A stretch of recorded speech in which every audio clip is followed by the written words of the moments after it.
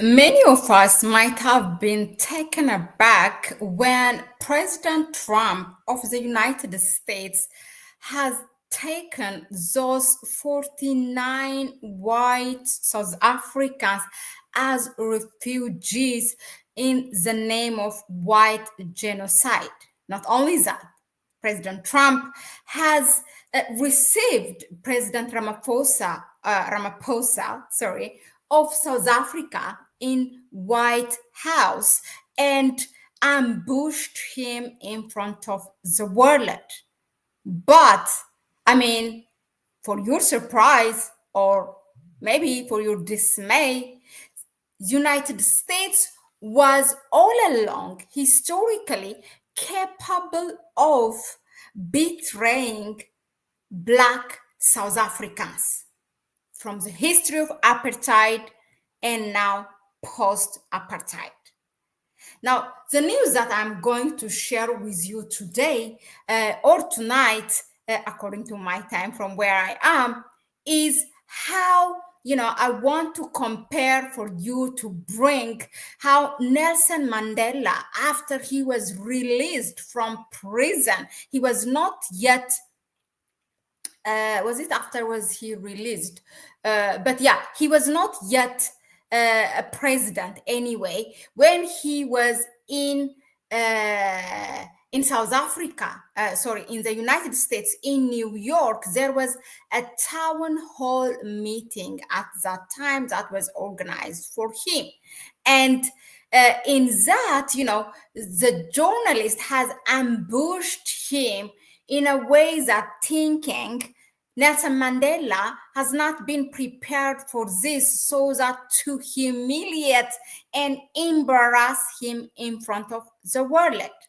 And the same thing has had happened to President Ramaphosa. This is why I am saying that United States has been historically a betrayer or maybe traitor of Black South Africans. Now, I'm going to give you a bit of a background before I share that town hall meeting interview of Nelson Mandela.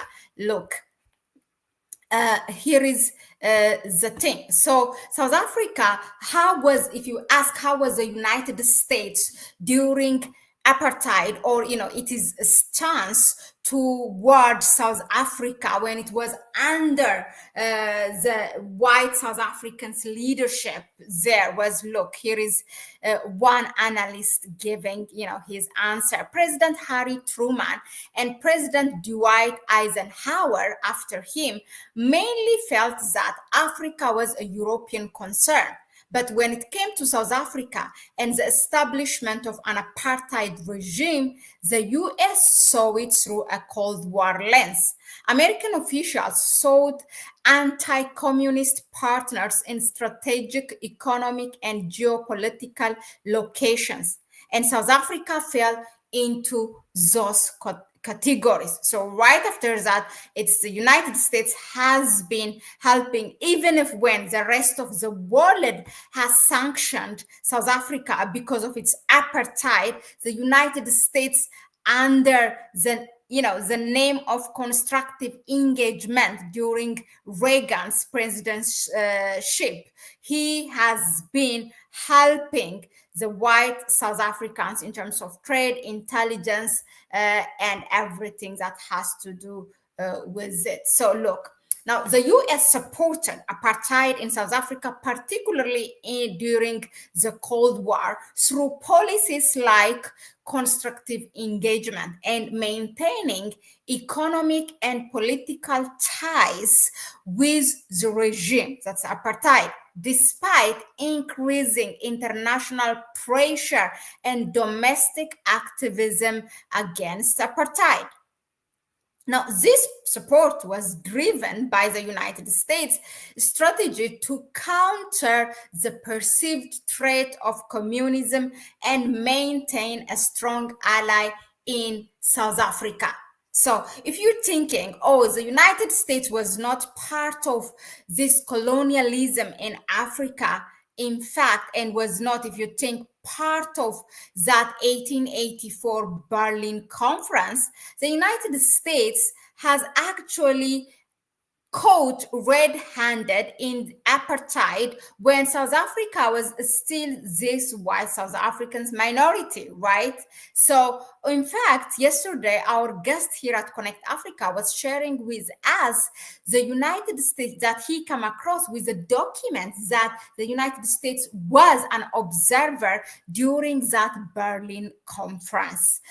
All right, then. So, some of the things what the United States have been doing in South Africa was its involvement there looked like this was its rule. One is constructive engagement. The other ones, Cold War strategic considerations and economic ties and investments, opposition to sanctions, but still continuing to talk to Frederick de Klerk and his administration. And also there is also impact on South Africa that's related. And then later on, there is also a shifting policy. So these are by order what the United States was following on South Africa. Okay, so constructive engagement, it was like a pretense for them to continue to engage and sponsors apartheid in South Africa, saying that it's because it's anti-communism, and not only South Africa, they were not limited, they were also prevented for freedom fighters in the region, Namibia, Botswana, and others in Southern African countries, not to overcome apartheid, because apartheid was beyond South Africa as well. I want to share with you a quick video also now with how, because all I want to show you is that what happened to Ramaphosa is not the first time the United States doing it, embarrassing and humiliating Black South African leaders in front of the world.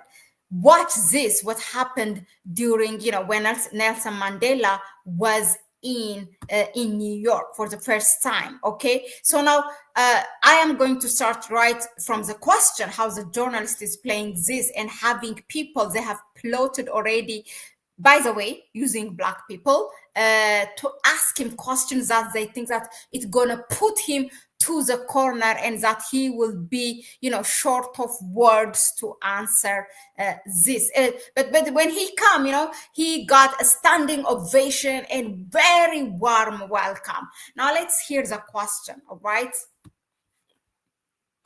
Mr. Mandela, you're participating in what is a very old and honorable American tradition, the town meeting. And rather than waste any time with my questions, if they don't ask you good ones, I promise I will try to.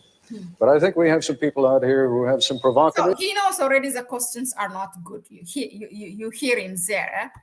And perhaps even controversial questions to ask you. And I'd like to begin. Mr. Mandela, you've come to the United States of America. Other than South Africa, probably the most racially divided country in the world. Evidence of that is right here in New York City. We are one of the most racially divided cities in the world. The blood of our children stained the sidewalks of New York. Howard Beach, Bensonhurst, Yusef Hawkins, Michael Griffith, our grandmothers, Eleanor Bumpurs, mothers, Yvonne Smallwood. Do you play?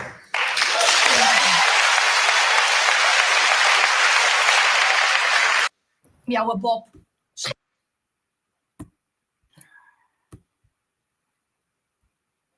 Oh my God. Stop, huh? If I may just ask you, for your indulgence, if you'd be good enough, there will be some questions you'll like, there'll be some questions you won't like. Let me just ask you, though, to save the time so that we can listen to Mandela's answers, Mr. Mandela's answers. Mr. Mandela. After the rousing welcome I have received here, I do not know whether I am in a mood to think coolly. I have been deeply touched by this warm welcome. But to respond to the question, I must say that the ANC, and in fact the entire, to promote the struggle against apartheid in our country. And I must say to you that we have the support not only of the masses of the people, we have the support of the Congress as well as the government. And I think that it would not be proper for me to delve into the controversial issues which are tearing the society of this country apart. I am sure that the USA has produced competent leaders of all population groups who are able to handle their own affairs very effectively. Let me follow up, if I may, on part of your answer. You say you're sure you have the support of the people, the Congress, and the leadership. By the leadership, you also mean the President of the United States? Are you satisfied that you have his support? Well, I am sure of one thing, that he condemns apartheid as I do. That is enough for us to find further common room with the President. And this is the message that I'm going to put to him when I meet him. And when you say you have the support of Congress, are you satisfied that you have enough votes in Congress to keep sanctions in place? That I cannot say. That lies in the future. But when I address Congress, the main thrust of my speech is that the Congress should support sanctions. Why are you so insistent, Mr. Mandela, and then we'll go to a question at this microphone over here. Why are you so insistent upon maintaining sanctions at a time when it can be argued that the South African government has made more concessions, your release being only one of them, than it has ever made in the past 40 years? I should know better about this matter, Mr. Koppel, than you. No doubt. You see, this is how to handle question as opposed to Ramaphosa. He's asked why you are insisting about sanction. So yeah, he told me I should, because he is a lived experience of apartheid. So he knows he is in a better position to answer that.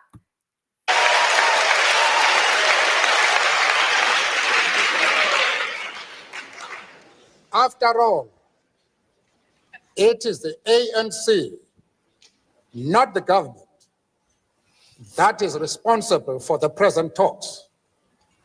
We have been hammering the government since 1986 to meet us.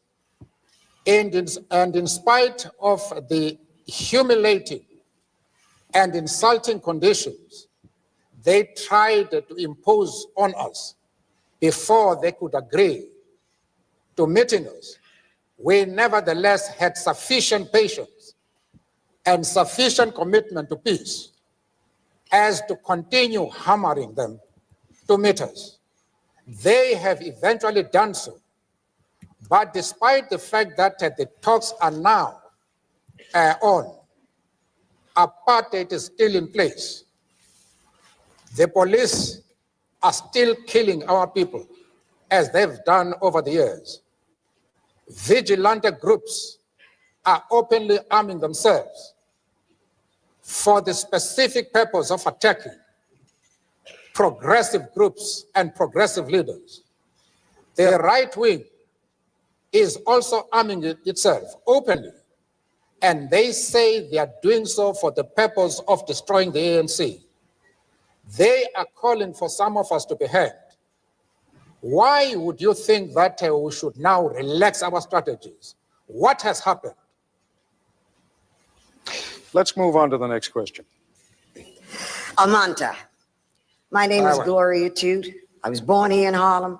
I'm a lawyer. She is also another setup of a question, you know, to corner him, but listen her question and what Mandela has to answer. I've lived here all my life. I'm also on the board of directors of the African Educational Foundation that's raising money to train the people of Africa for industry. I am concerned about the future economy of South Africa. I am concerned when I look at the newer countries that gained their freedom so hard fought, indeed did not demonstrate sound fiscal policy. Illiteracy is still quite large, and hunger. What can assure me as a human being and a concerned African American that the ANC will indeed have a fiscal solvent policy that will continue the use of the resources of South Africa in a meaningful way? Or should I put it more succinctly, will your economy be based on the Marxist system, socialism, or capitalism, or both? I knew that was the question you wanted to ask.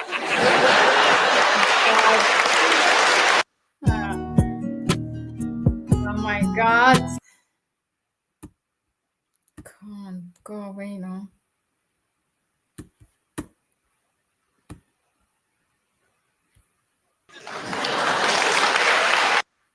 Of the Jewish people and their persecution.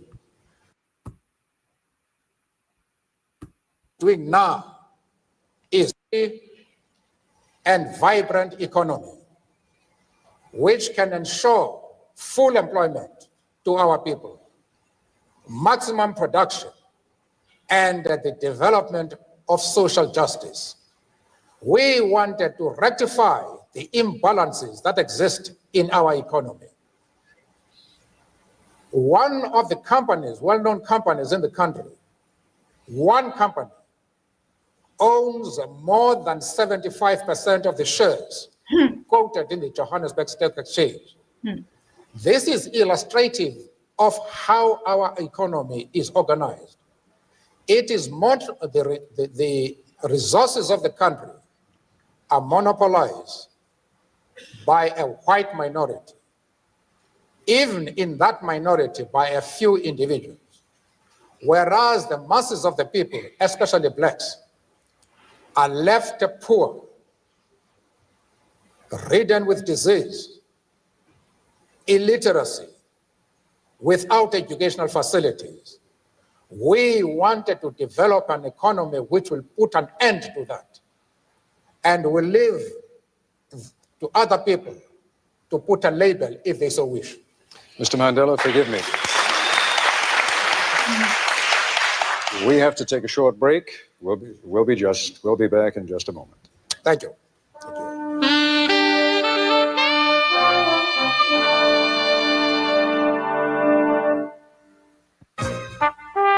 The Couple Report, a town meeting with Nelson Mandela from City College in New York, continues.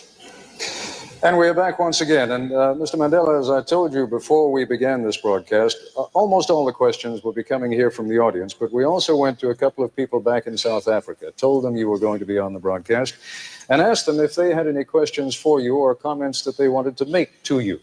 One of those from whom we are about to hear now, and I'd like you to address your attention over to that monitor, is a man by the name of Koos van der Merwe, who's one of the leaders of the Conservative Party. Have a listen to what he has to say. Hello, Nelson. I'm a South African. I'm an Afrikaner. I want self-determination for my people in a part of South Africa. You can't have the whole South Africa for yourself. A part of it belongs to my people. Nelson, you're not going to nationalize the assets of the white people. I have worked for my banks, my mines, my businesses, and my farms. You are not going to take it. Stop your violence. Stop your sanction campaign. Stop your nonsense. Leave the violent campaign alone and come and sit down, become a normal person and talk. And maybe that way we can find solutions. Oh my God. And lastly, forget communism, Nelson. It's gone. And I hope you will be well. I believe you were ill. I hope you will recover and have a good journey. Wow. The courage. Aangename kennis, Koos.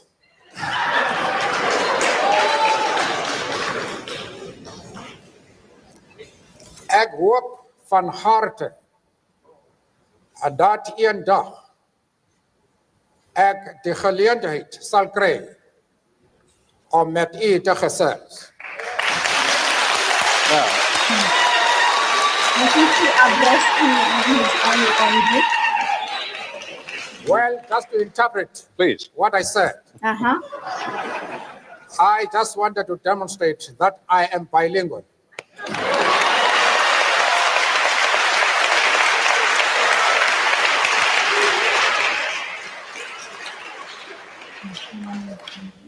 all I have said to Koos van der Merwe is to say,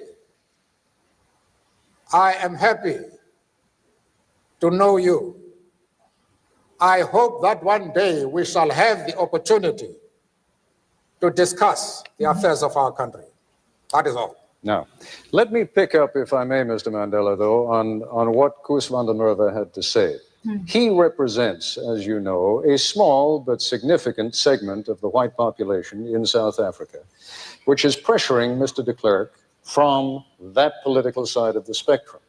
To what degree do you feel any need to help President de Klerk deal with people like Koos van der Merwe? Mr. de Klerk is an independent, resourceful, and flexible leader. He is able on his own to deal with the right wing. The outside world will be making a grave mistake if they think they can do anything whatsoever to help Mr. de Klerk as against the right wing.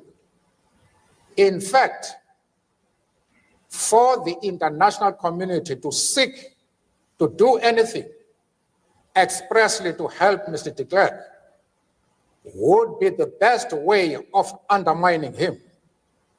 Because what the right wing is doing is to tell the whites in South Africa that de Klerk is a puppet of the United States and Great Britain, and that what he's doing now is precisely because he has received instructions from those two countries. And if now the Western world comes out to say they want to help de Klerk, that is what the right wing exactly wants. You will destroy him. We, the ANC, are the only people who can help him. And we are doing our very best to help him. One of the points we are putting to him is that Mr. de Klerk, if he wants to see the future non-racial South Africa emerging, is to speed up in regard to the negotiating process, that in a year or two, he should be able to extend the vote to all South Africans. He must cease thinking in terms of solutions by seeking a mandate to whites only. He must place himself in a position where he can get the support of the overwhelming majority of the people of South Africa. And if he gives every man and woman, whatever the color of his skin, the right to vote, he will be in an extremely strong position, and there's nothing that the right wing can do.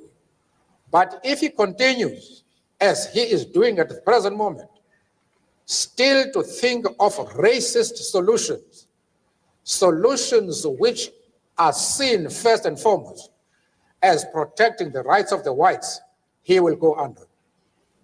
Let us move on to our next questioner at the microphone over there. Mr. Edelman. Welcome to America, Mr. Mandela. I'm Ken Edelman.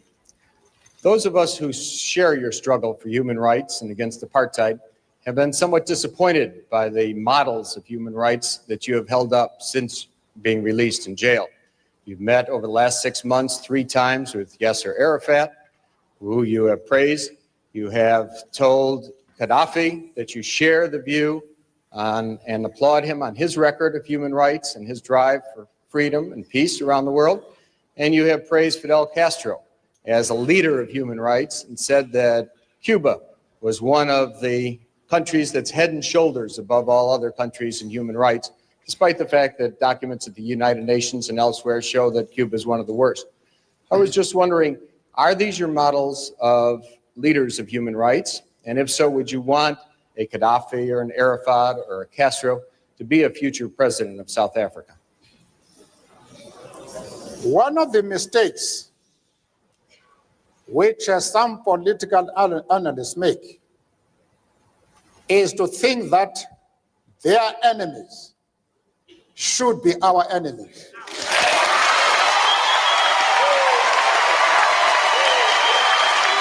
Well said, well said.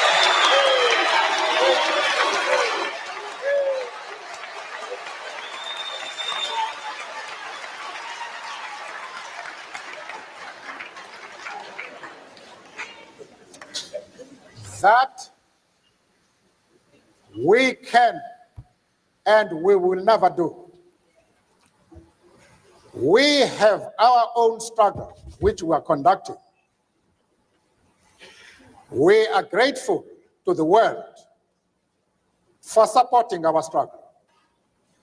But nevertheless, we are an independent organization with its own policy. And the attitude of every country towards, our attitude towards any country is determined by the attitude of that country to our struggle.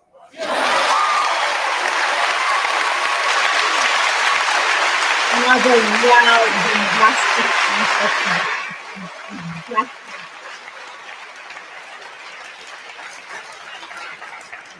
Yasser Arafat, Teach them. Colonel Gaddafi, Fidel Castro support our struggle to the hilt.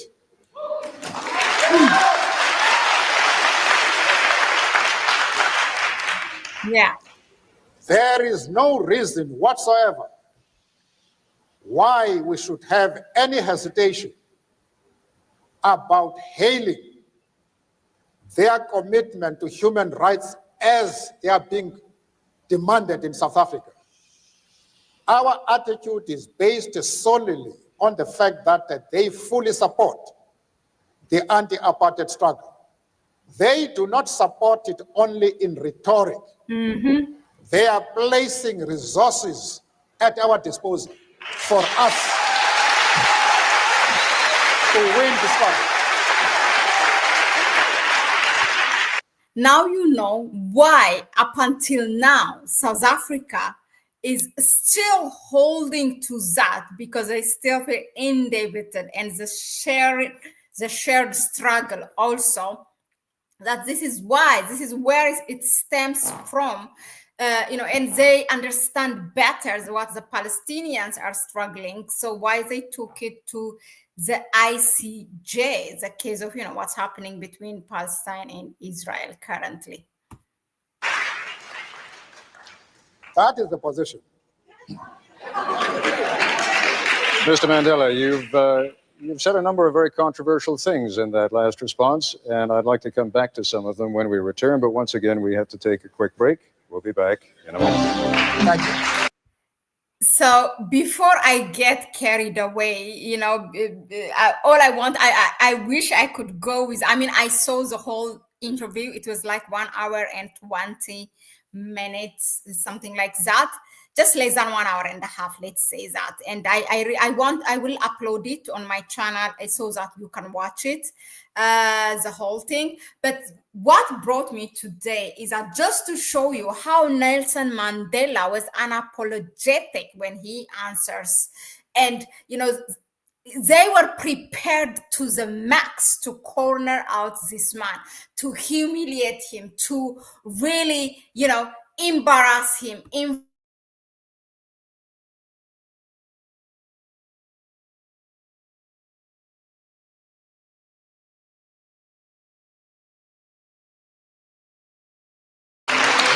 The couple.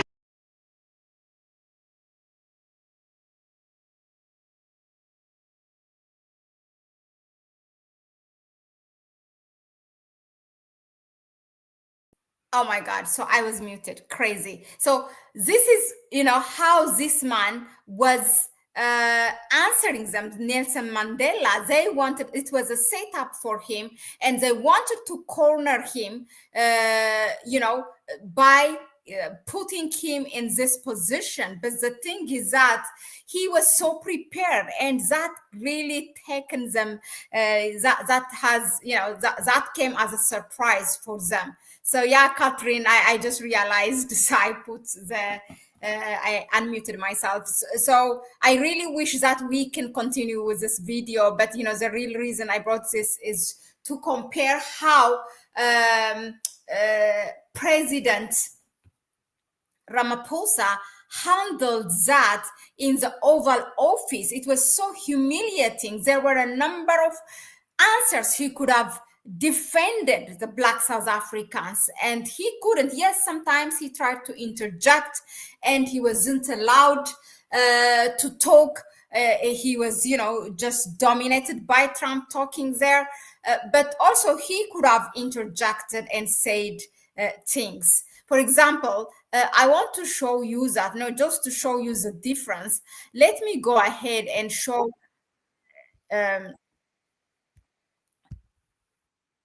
this video. Let me, I think I have it. Or did I put it? Yeah.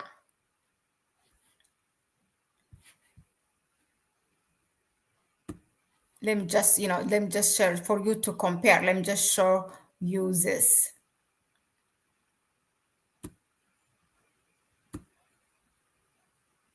Oh, yeah. What did I?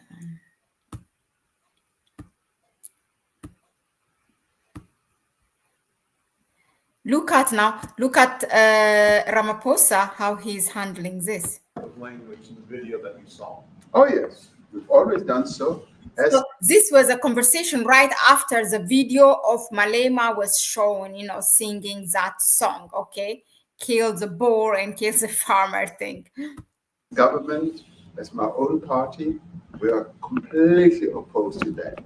We, in 1955, adopted a document which said South Africa belongs to all who live in it. But why wouldn't you arrest that man? That man said, kill the white farmers, kill the white farmers. And then he danced, and he's dancing. Why would he arrest him? This was where you don't see, Ramaphosa answering. And it's kill the white farmers. I'm not sure, but I think if somebody got up in Parliament and started saying, kill a certain group of people, he would be arrested very quickly. That man is going all over South Africa. And that's not a small party. That was a stadium that holds 100,000 people. And I hardly saw an empty seat. That's a lot of people. That's a lot of representation. And those crosses, we have dead white people, dead white farmers, mostly. And you take a look at Australia, they're being inundated, and we're being inundated with people that want to get out. And their farm is valueless. It's valueless. And they just want to get out with their life. And this is a very serious situation. And if we had a real news or real press or media, we don't have that because they won't talk about this because they're all guys like that idiot. But if we had a real press, it would be exposed. And the beauty of exposing it is it's like a cleansing action. When it gets exposed, it'll get fixed. That's when it'll get fixed. But people don't talk about it. And I'll tell you who's talking about the thousands. So, what could have happened is that, President Ramaphosa could have said, this song is not something that's made by Malema, really. It is a song that all along how Black South Africans have been singing during apartheid when their land, still it is, 72% of, let's be real, 72% of the land of South Africa still falls under the white Afrikaners, which makes only 7% of the population of South Africa. All right? So, this was their song, and this was a song that was inherited from the struggle time. It is not made by Malema, and they sing it. And you see not Malema and also others sing this song. And that man, why shouldn't you arrest him? People have freedom, and they say they sing this song when they come to the parliament for a meeting. I mean, this man is elected and he has a political party. He's legal. I mean, why should they arrest him? I mean, there are procedures. He should say there are procedures, how to arrest a person in our law, and we give that freedom, and because everybody is entitled to express themselves, and which makes them even more maybe having more freedom or democratic, so to speak, than maybe the United States. At some point, Ramaphosa did say that, I think, because in our parliament that we have the freedom, this and that, but not really. He could have defended Malema. And there are white people in Malema's party, just for you to know. So, now I think we can continue. This is just the difference that I wanted to show you.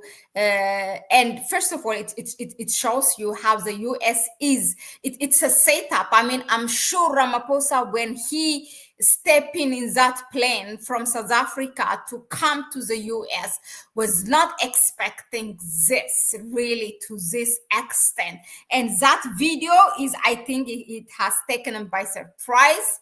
There are things they have spoken behind the door, but that video was a complete surprise to say turn off the light and show the video. And even as the video is shown, when he was trying actually to come in the middle, Ramaphosa, Trump was just, see the video. He didn't want him to speak. And there was a time that when Ramaphosa asked, but Mr. President, where is that place that you're showing, that graveyard?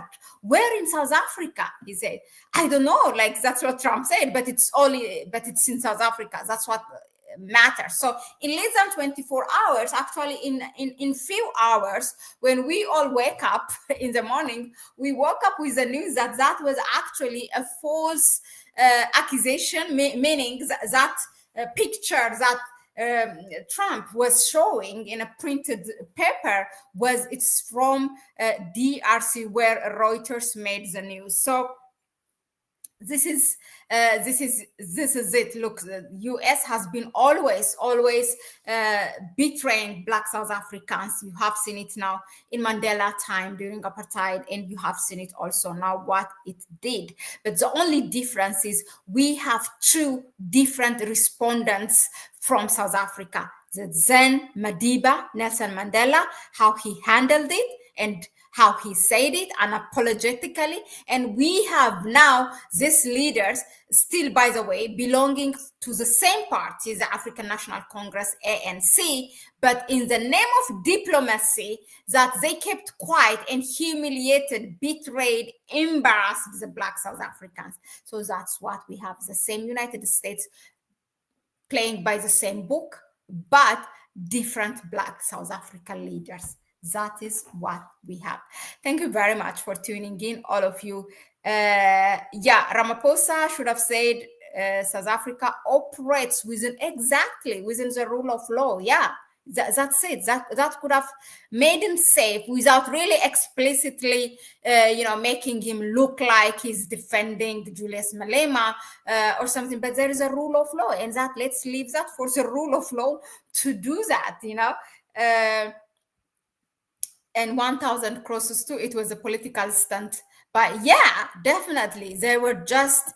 And guess what? I don't know if you have seen this development. Steenhuisen, when he said, you may all have seen, it's the leader of the DA party, the Democratic Alliance, the white South African political party. He said, being DA, forming that coalition with the government of national union, with ANC now leading the country, is the main objective, he said, to chase away this, or to kick out parties like Julius Malema out of the parliament of South Africa. And he came back to South Africa, and he gave, he was interviewed on a national broadcasting service, and he said, I will still stand what I said in the White Office. And they're doing it. Guess what? Right after that, the first parliament meeting where Ramaphosa was expected to answer questions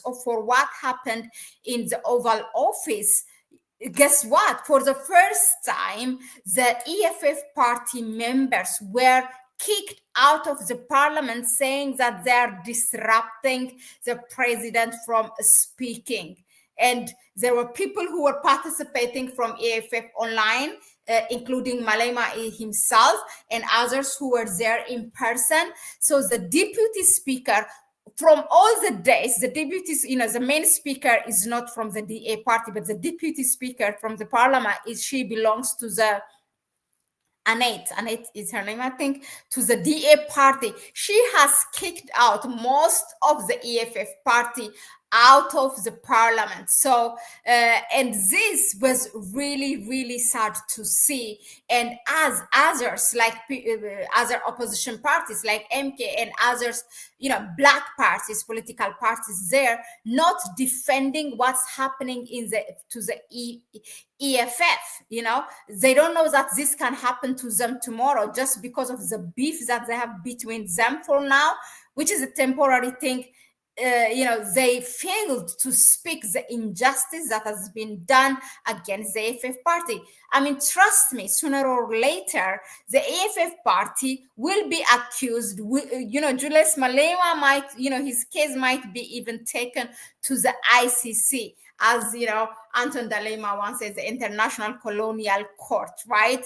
Do not be surprised and mark my word. When that happens, you will come and remind me here what I said. They are already preparing the ground for that.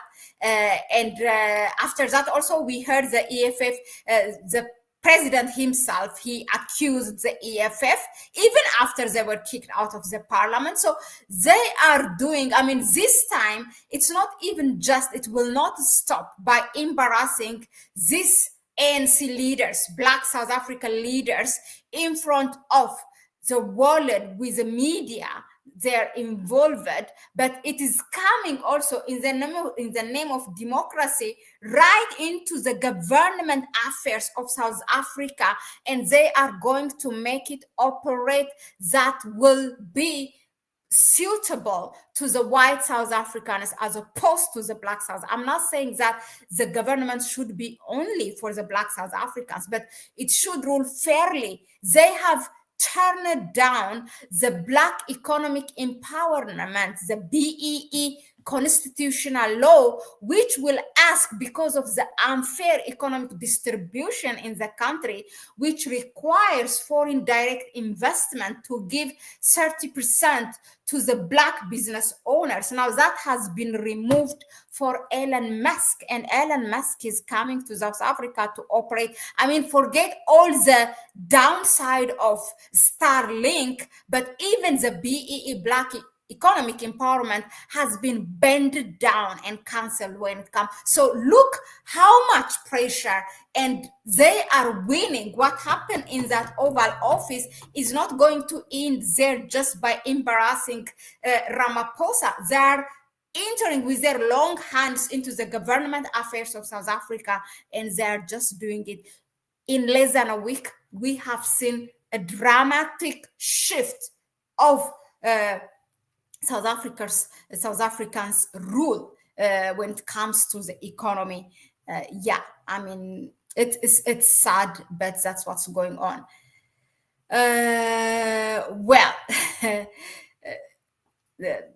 I'm just seeing here the chat section. Only Ramaphosa owns this embarrassment, cannot let him shift the same to shame, but that's what's happening. I really hope that. And now, to make it worse, if I just continue with this, to make it worse, even the MK party has now escalated its tension, its ongoing beef with EFF, and they're just looking stupid in front of the world. And this is exactly what the DA wants you to be, not to be strong, so that you cannot win him in next election, to replace DA in the GNU. I mean, you could have just at least worked matters between yourselves so that you can benefit from the next election. It's just sad and really stupid is the right word I wanted to use. Yeah, well, it just boils me. I wonder how South Africa stands with BRICS now. Yeah, I don't know. This man is trying to please everyone because South Africa has every ground. I don't even know why, because he said that he went there for two things, for to bring investors. Why not going to bring investors to China? I mean, which seems doing much better than the United States. Why not going to India, to all this not even emerging, emerged economy in the world? Forget the United States. The United States is not now in the first place when it comes to economy. It's not working. It cannot even save itself, right? We all know it. Why not going there? You have already 601 US companies in your country operating. What more do you want to give them? Just to bring Starlink, bending your BEE rule, Black economic empowerment, throwing that down to bring Starlink? That is your only achievement. And you should not have gone there. But Elon Musk has shown you Ramaphosa, who he is, make you to step in the plane, come all the way to the United States just to get you signed the deal of Starlink, right?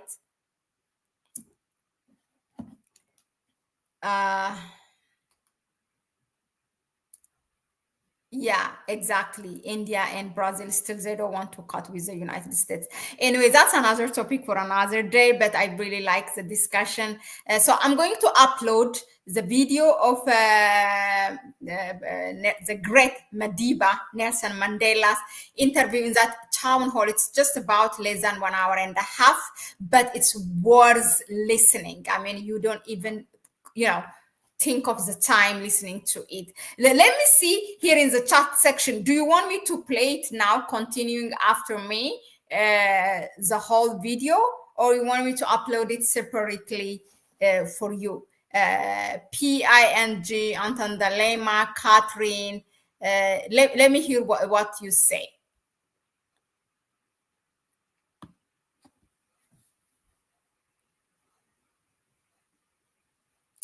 Yeah.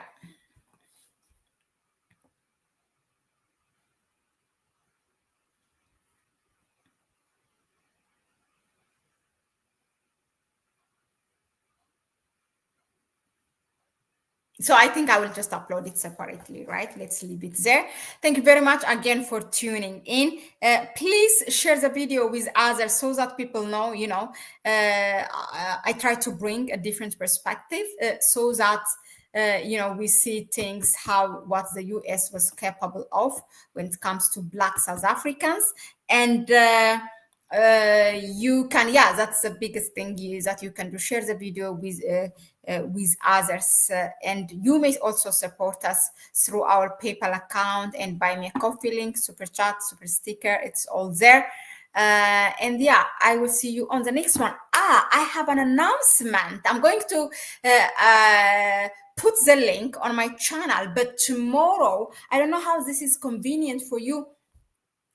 I will do it 12 p.m. Central European time, but that will be early morning in the US, I believe, maybe 6 a.m., right? Central, in the Central Eastern time, Eastern Central time, you call it, yeah?